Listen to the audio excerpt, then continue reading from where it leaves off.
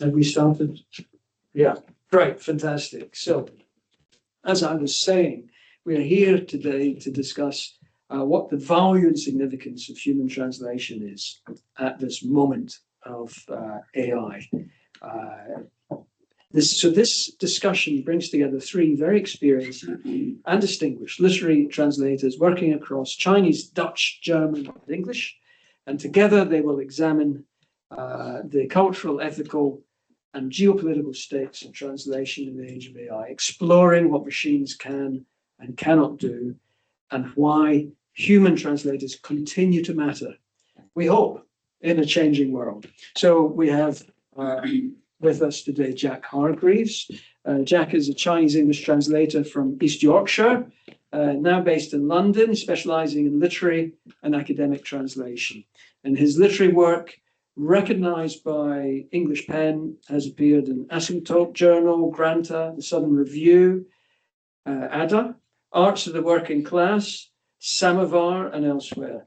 Published and forthcoming full-length works include Neutral Strangers by Gu Qian, I Deliver Parcels in Beijing by Huan Yan, Reimagining Nanyang by Chia Zhuming, and The Man Underwater by Lu Xiaoyu. So Jack has taught translation at the universities of Leeds, Aberdeen, SOAS, Hong Kong Baptist University, Bristol, and he writes for the China Books Review. So do check out that publication. Also with us today, joining us from London, is Nicky Harman. And Nicky is a UK-based literary translator working from Chinese to English and focusing on contemporary fiction, literary nonfiction, and poetry by a wide variety of authors. So when not translating, she spends time promoting contemporary Chinese fiction to English language readers. She works for paperrepublic.org, which is a great organization, thoroughly recommend it. It's a non-profit registered in the UK, where she's also a trustee. She writes blogs, for instance, the Asian Books blog, gives talks and lectures and takes part in literary events and festivals, especially with the Leeds Centre for New Chinese Writing. And they do great work over in Leeds in that centre. Nicky also mentors new translators, teaches summer schools, for example, Norwich, London, Warwick, and Bristol, and judges translation competitions. She tweets with Helen Wang as the China Fiction Book Club at CFBC UK. She taught on the MSc in Translation at Imperial College until 2011 and was co-chair of the Translators Association from 2014 to 2017. She won the 2020 Special Book Award of China and also the 2015 Mao Tai Cup People's Literature Chinese English Translation Prize and the first prize in the 2013 Chinese International Translation Contest, Chinese to English translation, that was translating Jia Pinghua's Backflow River. So moving on now to our third panelist, an equally distinguished Simone Schroth, has a background in comparative literature and translation studies. She translates from English and Dutch into German and teaches German and translation at Lancaster University here, having previously taught at several other universities, including Newcastle, Aston, and Lancashire University. Simone was awarded the 2023 Elsa Otten Translation Prize by the Netherlands Letterenfonds, sorry for my mispronunciation, at the 2024 Leipzig Book Fair for her translation with Christina Zever of Etty Hillesum's diaries and letters from Dutch into German. Etty Hillesum was a Dutch Jewish writer who lived a fascinating and all too short life. She chronicled the persecution of Jewish people in the Netherlands before her own death in Auschwitz in 1943. So Hillesum's writing has gained increasing recognition over the past few decades for her contribution to Jewish culture. And it's thanks to Simone and Christine, our collaborators, work on this, that 80 years after Hillesum's death, her work is now finally accessible to a German-speaking readership, providing an invaluable resource in bringing wider attention to Etty Hillesum's remarkable life. And that's a fitting testament to the power of translation, and especially the literary styles of translation. So these are our three distinguished panelists. We are now going to move to the roundtable discussion part of today's event. I have a list of questions that I'm going to put to our panelists. After that has concluded, we'll then open up the discussion to you, and you'll be able to pose your questions and express your opinions to our panelists and get a response from them. Okay, so we're now going to move into the discussion part. We're going to start with questions about what is at stake here, all right? What is at stake when we have AI translation increasingly used? How is it impacting the field of translation? And in particular, we're interested today in literary translations, as we have these three literary translators with us. So the question is from the perspective, I can put this to you, Jack, first, and then we'll bring in Nicky and then Simone. We'll just follow that order for this first question. So from the perspective of literary translation, what do we risk losing if translation comes to be understood primarily as a technical or an automated process rather than, let's say, cultural process, ethical, creative act? Right. So, Jack, what are your thoughts on what we risk losing in this age of AI translation? Hi, everyone. Thanks for having me come along to this. Does that help? I think it will help with the recording. It will help with Nicky. Okay. I was going to say the volume's exactly the same. Yeah. I mean, you gave the answer there yourself. You lose the cultural, ethical, and creative element of translation. But it might be overly obvious to state to everyone here. But if you have machines doing translations sort of automatically, then you very quickly lose the human element of the act. And you might be thinking, why does that matter? Well, translation is an act of communication. It's not transactional. There needs to be sort of two sides to the equation.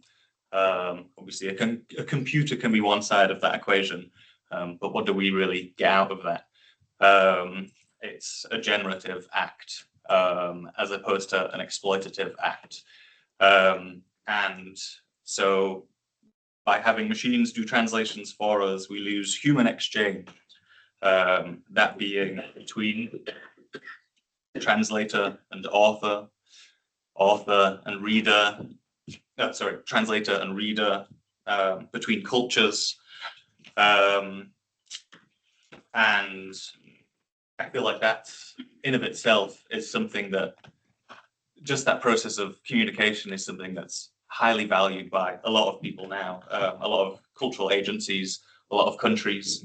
There's enough funding out there for people like me who work in Chinese to go over to China and visit and explore the country and meet the people and the authors and the literature that suggests, at least from my perspective, that this is something that is valued. We also lose the art of translation. It's an art to engage with. It's writing with constraint, as some of you might have heard that expression before.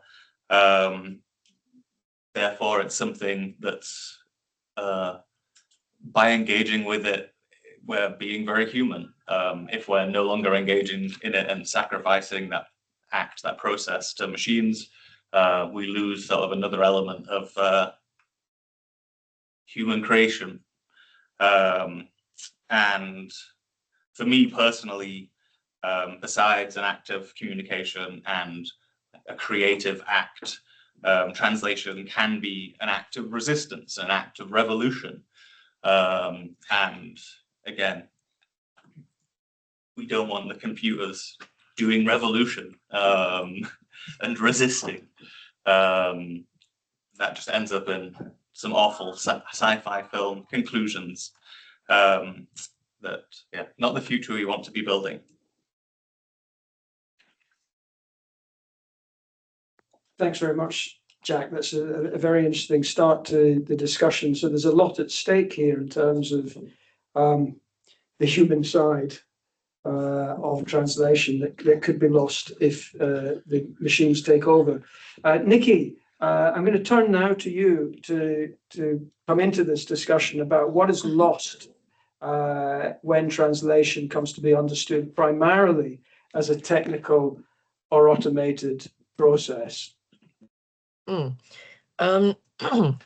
I mean, I really agree with the way Jack put it, but I think I might go even a bit further and say a translator is a writer. A translator is creating a new work of literature in the target language.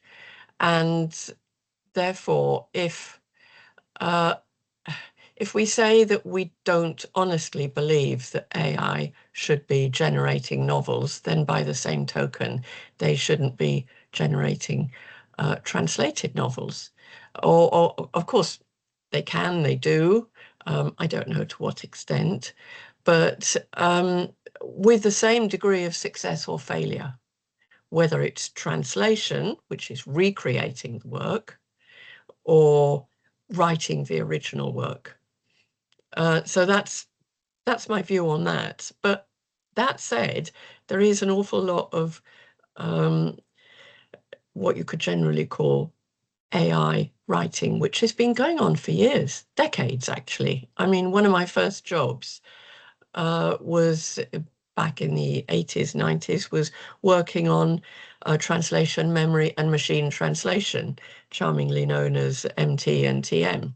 And when I was working in Imperial College, we were teaching translation memory. Okay, two things there. One was that we were not trying to write literature. We were teaching the students how to work on technical texts of various sorts.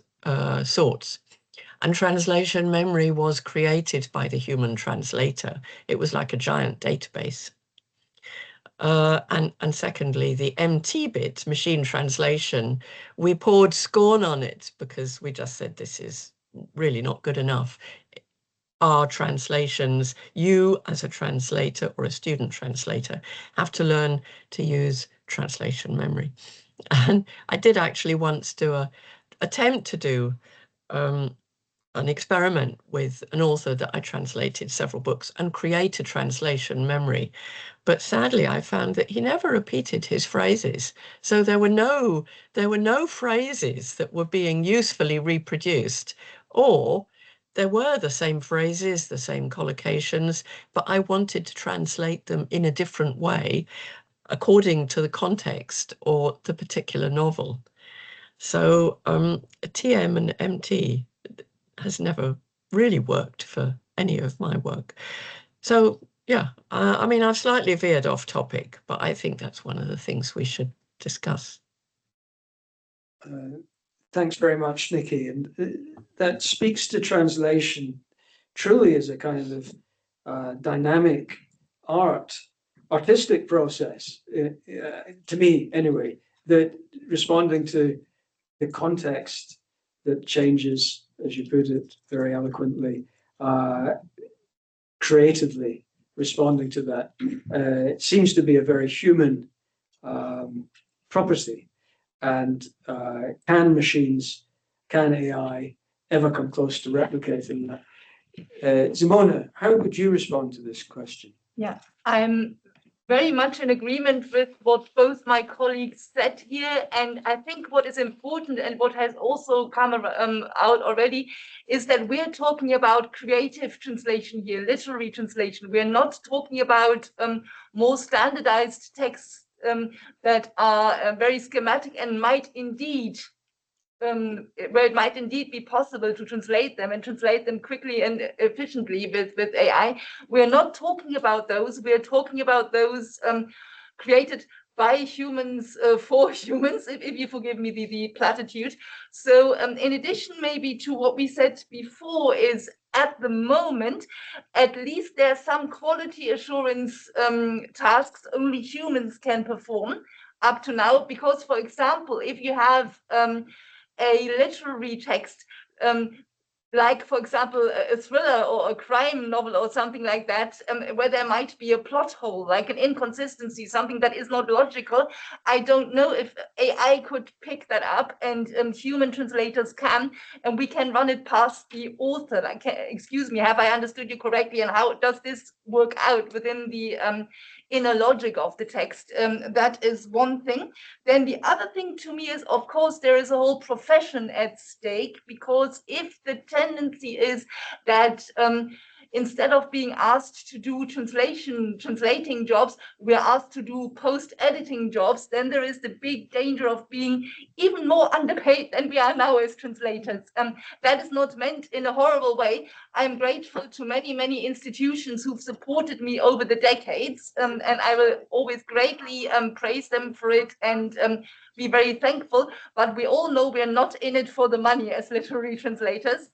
That is the other thing. So if now even more it shifts to post-editing, where the percentage of the original payment is even less, that is very, very dangerous. Then the whole profession is in danger. And then what both colleagues have highlighted, there are things only human beings can do. Derek, you described in detail, and I'm grateful for that, who Etty Hillesum was and also what she did for the world, because as you heard, translating Holocaust texts, Shoah texts, is part of my work, and that's something that is very, very close to my heart, because in some cases, I even meet the people whose texts I've translated. And I once met a lady by coincidence at a reading a month before she passed away. She died in her early hundreds. She showed the Nazis, she survived, but I just happened to meet her weeks before she passed away. And in times where more and more people turn into what is referred to as Holocaust deniers, we can't afford to have those texts translated by machines, because then people will say, look, the Holocaust never happened, those people never existed, and all this is produced by machines. We're not too far away from that. So that is a great danger. And then, if I may, as a final example, one of my friends, who was an emerging translator from Dutch as well, passed away. She died of cancer not too long ago. So I built in a word in one of my translations that commemorates her, because it refers to a place that was very, very close to her heart.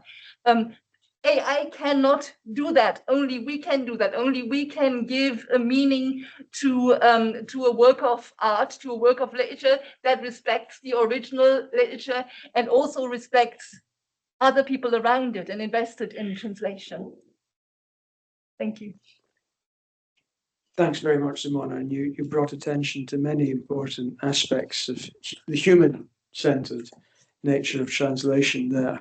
So I want to dig a little deeper into what makes literary translation, human literary translation, so important, and what is potentially most resistant to automation. What does AI not do particularly well? And Nicky, I'm going to put this to you first. Things like voice, in a literary work, voice, rhythm, ambiguity, or even knowing when to bring almost a kind of silence to a translation. That these kind of very nebulous qualities, sometimes difficult to pin down, of translation. Which do you think of these and other aspects of literature does AI find most difficult to process? So, Nicky, what are your thoughts on that?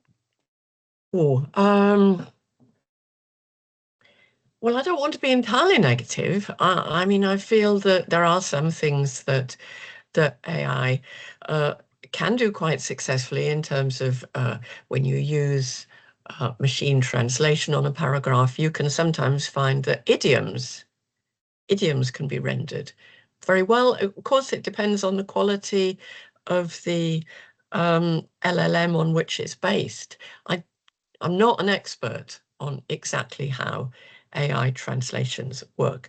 But I would say, I mean, let's not be entirely negative, and then we can go ahead and be very negative. I mean, I love that example of embedding in your translation something which commemorates your friend who's just passed away. That's lovely. Obviously, the AI will never be able to do that because the AI doesn't know your friend and is not thinking even in terms of a whole book, is more likely to be thinking in terms of one paragraph or however much you've given it to look at. Ambiguity, rhythm, possibly it can do. Ambiguity, I think it's very unlikely to be able to tackle successfully. Ditto silence. But I mean, I think I'd like to go back to something a bit more basic, which is that recreating a translated version with AI from Chinese to English. One of the things you come across all the time is that the machine translation cannot parse the Chinese.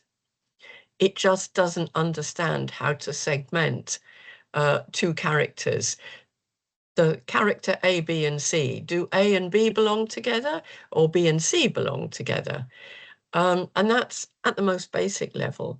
And then there's number, how many people are talking, gender, it may not be specified, and the usual things, and person even. So, I mean, to even begin to discuss what AI can and can't do, we have to start with a grammatically correct version. And all too often, Chinese to English, you're not getting a grammatically correct version because it's not parsing it for whatever reasons. Yeah, I still think that in terms of idioms, it can come up with some quite interesting things, which at least can trigger the creative process within the translator. It can make me think, okay, maybe I like that idiom, or no, actually it sounds too American. It's not going to fit the rest of the text. Okay, that's just my small contribution. Well, thank you very much, Nicky. And it's interesting to see how you take a balanced and open approach to where AI might even be able to help us out in some areas. I'm going to put the same question to Simona. And so from your experience, and you're not working from Chinese into English, so there may be differences here in your experience of what AI doesn't cope with very well in your experience. Thank you. A very obvious example, maybe for those of you familiar with the German language, is that we have got two forms of address, like Spanish or French, for example, have as well. And it depends very much on the context what is used. And sometimes there's a shift between addresses, depending on how well the characters know each other. And when, like myself, you translate from English into German, you have to decide if and when that shift is taking place, and you better get it right very, very soon, because otherwise you have to redo all the verb forms, all of them, all the endings have to change. It's a bit of a nightmare. So what I usually do is I read the whole text, and then if I'm at all not sure, I run it past the people I translate for, because we have to discuss it. And sometimes you're very lucky. Sometimes people kiss, and you're always waiting for the kiss, because the moment they kiss, you might say, okay, now they can be a bit more informal. Not all protagonists, unfortunately, do that. And sometimes you have got very, very intricate things like hierarchy at work, or your text is set quite a way back. And then you have to ask your grandparents, like, what was it like with your neighbor 50 years ago? So you need to find that out. You need to know about the address in context. And then sometimes people speak English in the original, but they don't speak it well or they don't speak it like whatever standard English might be. They might make certain mistakes, or they might use dialects or something like that. And sometimes you have to represent that in the translation because it's relevant for the plot. And the other day I had something which was great fun to do, because there were two sisters and they were having an important conversation, but one sister was very, very drunk. So she was slurring her speech, and you had to represent that somehow in the in the text. That was fun, really, because you could slur the syllables and try that out. I'm not sure AI could do that necessarily and how it would pick up on it. Just a few examples. So finally, in this round, over to you, Jack, to tell us about your experiences with AI's deficiencies. Now I just picture you whenever you reach a tricky passage, making the characters kiss, and are able to get through it. Yeah, Much easier now. I mean, I think we'll talk to this a little bit more in a moment, but from the things you listed in terms of what do you think is most resistant to automation, I think voice and rhythm are things that are very difficult to achieve for machine translation. But I know in peek behind the curtain, in questions to come, I think we might be able to go into that with a little bit more detail. I think I suppose to write on something Simone just said, neologisms and sort of invented language. Maybe don't get that quite so much in Chinese. You do occasionally get neologisms, but I can't imagine machine translation doing a good job of Clockwork Orange and putting that into another language. That's just one example. There are hundreds of books, brilliant books out there at least, that I'm sure a century more of training these machine translation systems would never be able to manage those books. But then just to continue on my really abstract answer from the last question, I think feeling is something that machine translation is never going to manage to achieve. I always talk with students and like mentees about trafficking in effect, essentially meaning when you're translating a literary text, the thing that you're trying to be faithful to, if we want to talk about fidelity, is the effect that the source language text has on the reader. And in your target language, you're trying to recreate that same effect for the target language reader. Now, machine translation might be able to make some sort of simulacrum of something close that approximates that effect. But a machine translation can never actually know what the sort of the physiological response might have been for the source text reader, or might be for the target language reader. Simone and I were chatting just beforehand about the Holocaust, some of the Holocaust texts that she's translated, and she said that she has cried quite often while doing those translations, and I'm sure many of the readers of the original and of her translations have had a similar response. And I don't see a machine ever being able to replicate that or really know what that means, and so do it effectively. That's not just a thing of plot or action. That's also a thing of sentence and word level effects and tricks that you can use to elicit certain emotions from readers. And I only see machine translation skimming over that kind of detail. It might get better at that kind of detail, but I feel like it's a long way off, hopefully. We all hope that. And I think we can sort of push further on this topic from a slightly different angle. For many years, the translators have tried very hard and with increasing success to be recognized as creative artists in their own right. And when you look at the histories of translation and the way in which translation has been depicted in the past as a copy of an original, it took a lot of effort to get to a place where the creative process of translation was recognized and respected in a way that it should have been all along.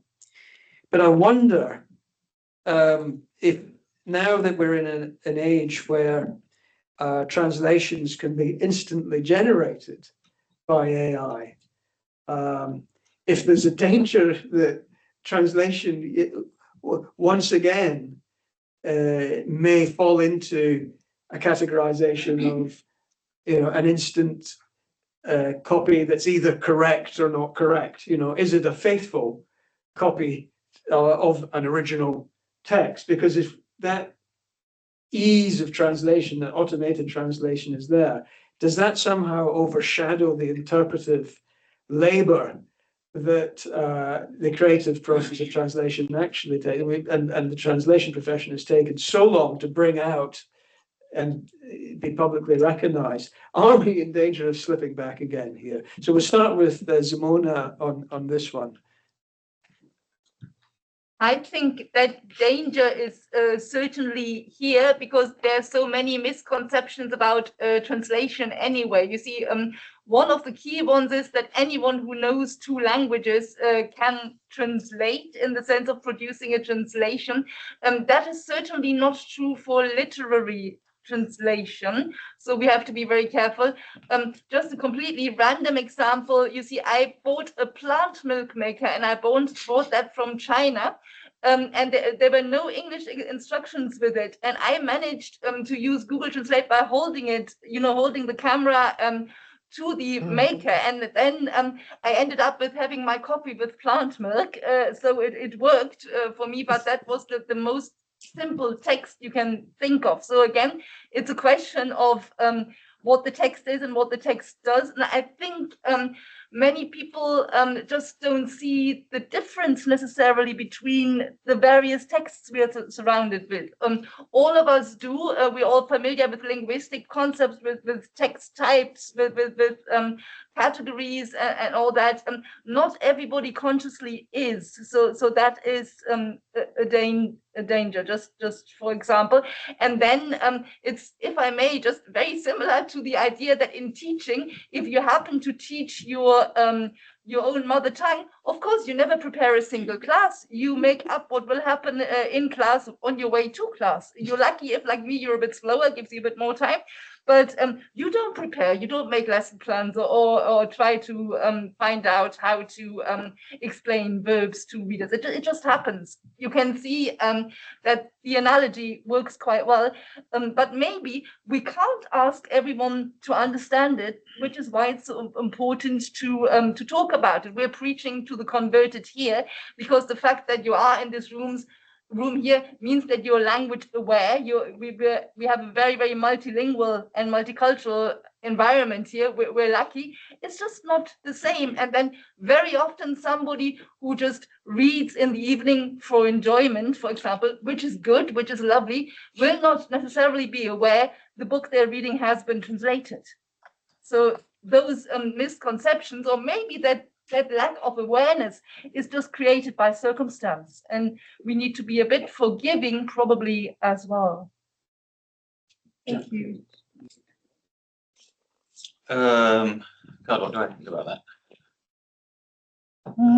Yeah, the interpretive aspect of translation perhaps becoming overshadowed by the ease of machine translatability. I mean, what machine translation is doing isn't interpreting. It's a very different thing, in the same way that it is machine translation and not artificial, like AI translation. There's no intelligence involved, like logical or emotional or otherwise. It's not interpreting, it's assessing frequency. Which phrase is most often used to translate that phrase into that language. And it's just going on most frequent. So it's a very reductive and simplified treatment of translation and of the generative potential of translation. Like the space in between the meaning of two words, or the potential space created by thinking, what is that word in this context, in this other language, and the places that can take you. I suppose you end up with flatter works of literature, potentially, if you lose that part of the process. Yeah, there's also a lack of accountability, I suppose, in a way then.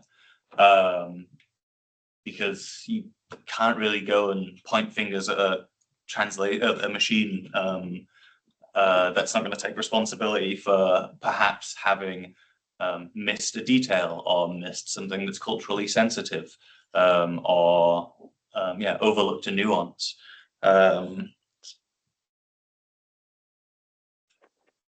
Thanks, Jack. Yes, that point on accountability is very important. And Nicky, what are your thoughts on this? Could we possibly be going backwards here? Yeah, I think my thoughts are that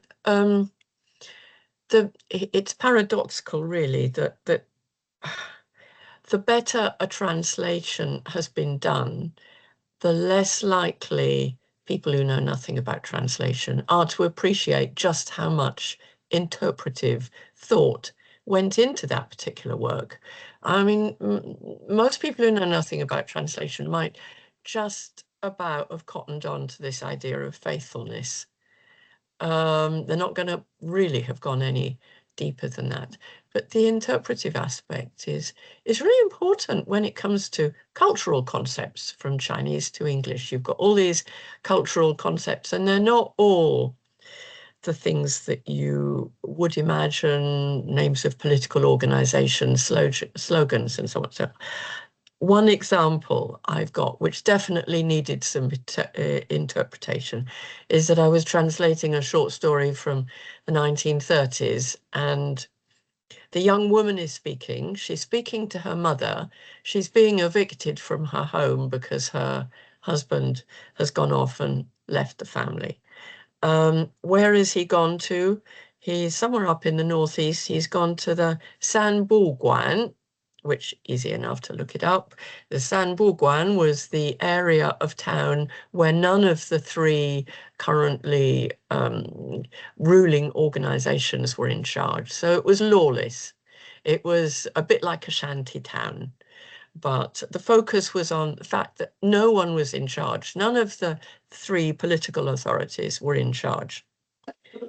Well, one of the constraining problems about translating that was that this was a young woman, not very educated, talking to her mother. How much is she actually going to explain in a bit of dialogue to her mother? It's got to sound like dialogue. So in the end, I got away with very minimal glossing. So I think glossing is a very useful form of interpretive translation, one that AI is very unlikely to undertake unless you specifically ask it to. But the constraint was it had to sound like dialogue.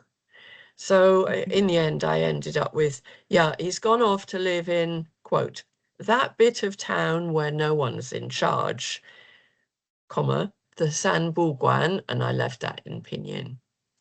So I'm not sure, I'm not saying that my solution is perfect, but I'm sure it's a damn sight better than an AI one could be, because I've tried to get a little bit of extra information in, and I've tried to make it the kind of tone that a young woman talking to her mother would adopt. Yeah, that's a great example, Nicky, of the interpretive work that's often not recognised, and excellent example.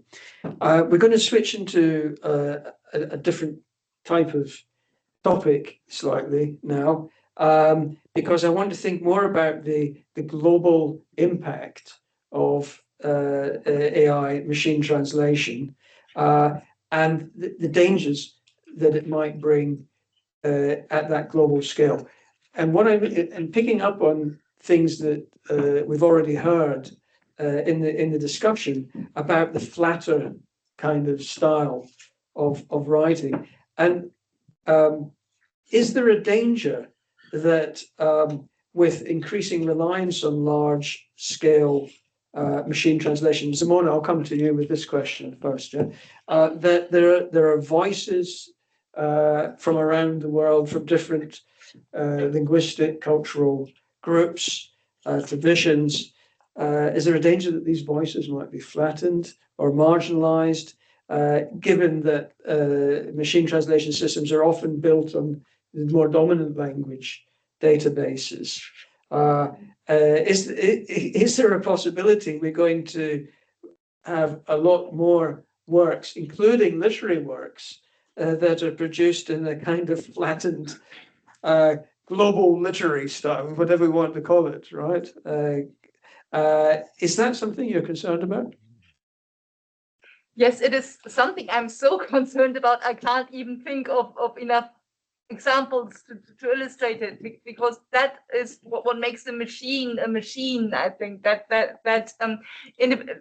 Jack, you explained it very well, explaining how it's a matter of frequency and certainly also known collocations and idioms. Nicky, you mentioned those as well. Of course, it can be very useful for standardized idioms, but it leaves you alone the moment the original author steps 2 millimeters away from the original idiom or from the correct idiom in inverted commas and finds their own. So and then also what all of you talked about is that market style of texts which are consumed. So certainly there is the danger, because there's the temptation for publishers and for other institutions to have content created on a speed oriented way. That means that how can I get as much to sell as possible without necessarily catering for the deeper layers we mentioned before. So that is certainly important. I read somewhere once that apparently Amazon, and I really only read that on the internet, Amazon is flooded by AI generated prose and novels, and I have to admit I have got a bit of a guilty pleasure for those fiction things, so I do read quite a lot. Up to now, there was one text where I thought, oh, this could be AI, this could really be AI, and I showed it to a friend who does creative writing, and she confirmed my suspicion without us knowing, and I found it very spooky. So I can't prove it, so I won't give any names because that wouldn't be fair. Maybe that is a real person, but I do find it quite spooky that there might be a profile that's entirely generated, so that person might not even exist. They might have given them an author biography, and we might be reading generated things. And then if you read the Amazon reviews on this, people love the book, people praise it, and I sometimes wonder whether my radar is just off kilter, or whether it's just a change in taste, which is fair enough. So it's something I can't answer, but that flattening is certainly a danger, because flattening is the opposite of creativity. Nicky, do you want to come in on this flattening phenomenon? Yeah, no, I completely agree with Simone. I would add that dialect, there's quite a lot of writing in Chinese, which makes extensive use of dialect. And I actually don't know how AI would deal with that. I mean, I think it's very unlikely that they would. There's a whole argument a discussion between translators from many different languages. How do you deal with reproducing the feel of a dialect in a story, in a narrative, within one particular protagonist, and so on, and switch between standard and dialect within the story? I don't see. I mean, that seems to me something that only a human can take all the considerations and make a decision, an interpretive decision when they're translating. That's all dialect, very important. Absolutely, thanks, Nicky. And Jack, what are your thoughts on this question? I mean, I agree with what both Simone and Nicky have said, and beyond that, I suppose still on that topic on the subject of how machine translators generate their translations, it being large data models and frequencies, like frequent occurrences of phrases. A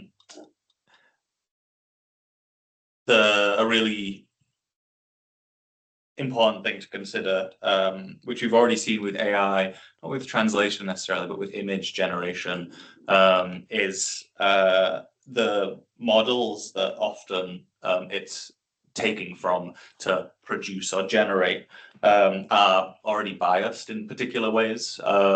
We saw it early on when AI sort of became really popular all of a sudden, and there were all of these really questionable and offensive images of Black people that were very stereotypical in particular ways, or when initially it actually wasn't able to produce an image of someone with Black skin because the models that had been used just they inserted no images of any Black person into the data set, which maybe says less about the data set and more about the people making them. But that is something to be concerned about for the future, and to be concerned about now. If we think about the history of literature and who has been able to write, who has been privileged enough to write up until now, it has more often than not been men. White men, straight white men, and this isn't me having a go at literature by straight white men. I read plenty of it, but you know, the world has changed pretty drastically in the past like 30 years, and if a text is going to be dealing with machine translator is going to be dealing with a text by maybe a queer woman, it may miss a few more nuances. It may flatten the text quite significantly, and then thinking just about different Englishes and how they might be translated into other languages. And the publisher based in Sheffield and Other Stories in recent years has brought out quite a lot of books by like Australian Aboriginal writers and Native American writers, and the prose is just like, it's electric. It's so different from, I don't know, I'm reading Andrew Holleran at the moment, which is gorgeous prose, but it's like it's just a different way of approaching writing. And if you don't have data sets trained to deal with that kind of information, because it's new-ish, you know, in terms of the global whole or global exposure to literature, then the translations are going to be subpar.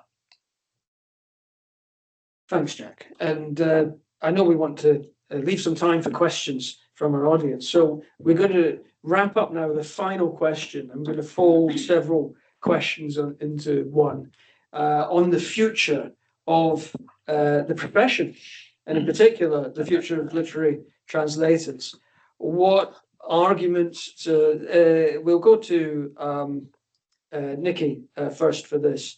And Nicky, what, you can take your pick from any of these questions. What arguments do you think matter most today for the value of literary translation? Is there a risk that literary translation is going to become invisible work again, hidden behind this onslaught of AI? So there's the question of the visibility of literary translators, and what sort of responsibilities do literary translators have now in this rapidly changing world? So a response to any of these, Nicky. Well, where to start? I mean, we said at the beginning, literary translation is important because it's about communication. It's about reading about other worlds.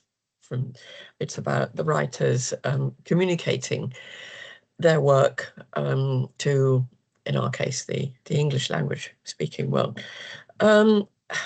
Publishers, after all, are largely concerned with marketability. I don't think it's unfair to say this. They want books that will sell. So what's a translator's role? To put out there, to lobby for books which publishers have not actually thought about, don't know about, and have never considered. So we are kind of a lobby. I know it takes a huge amount of time, and quite often I find that my taste in books is not the same as the publisher's taste, but I do regard that as a key part of my job, to lobby for writers, to lobby for writings.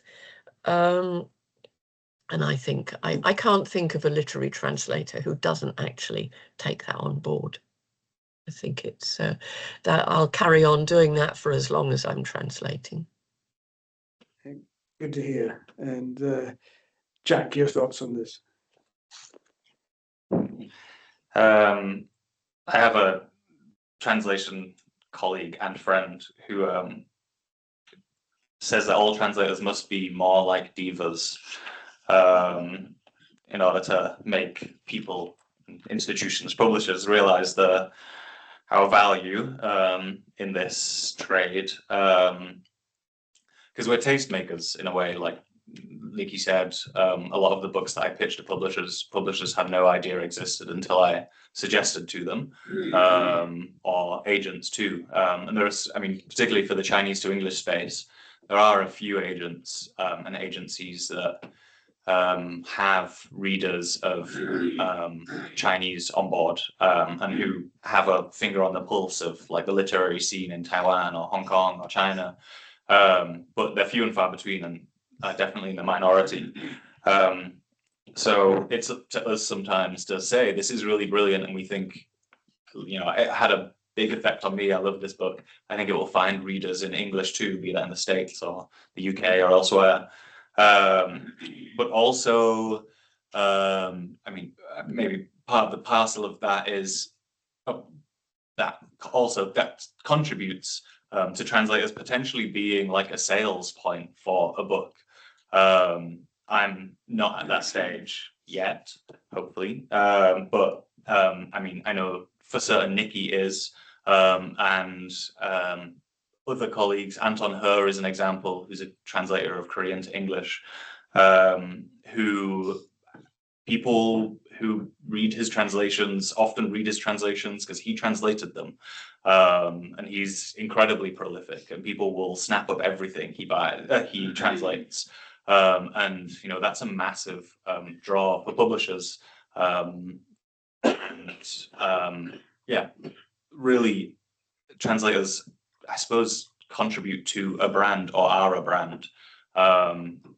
Maybe that's a slightly new thing, given, you know, changing visibilities of translators. But I think if we lean into that, there's a lot of potential there for like shoring up the value of being a translator or having translators.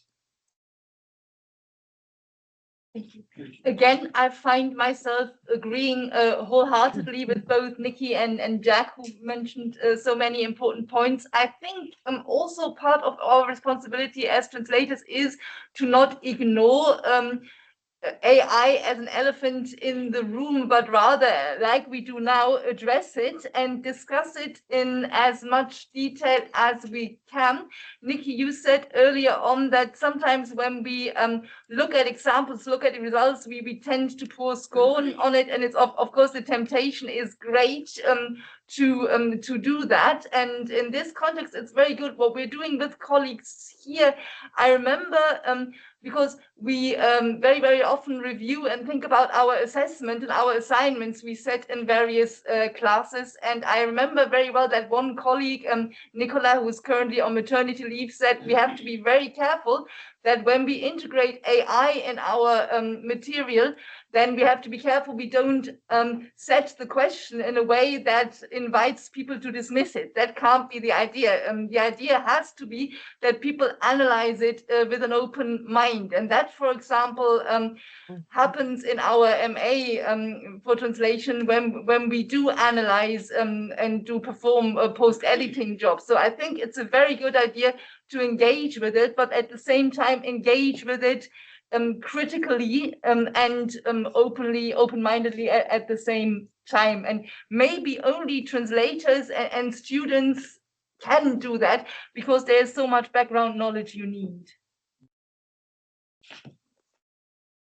Thank you very much. So great rallying calls for the future of the translation profession there. So now we will open up the discussion after that very interesting conversation to the audience here. I welcome your questions, your comments, your thoughts on what you've heard. We've got one at the back there, yes. So take maybe not necessarily your favorite work, but or a work that is very beloved by you, and you found out today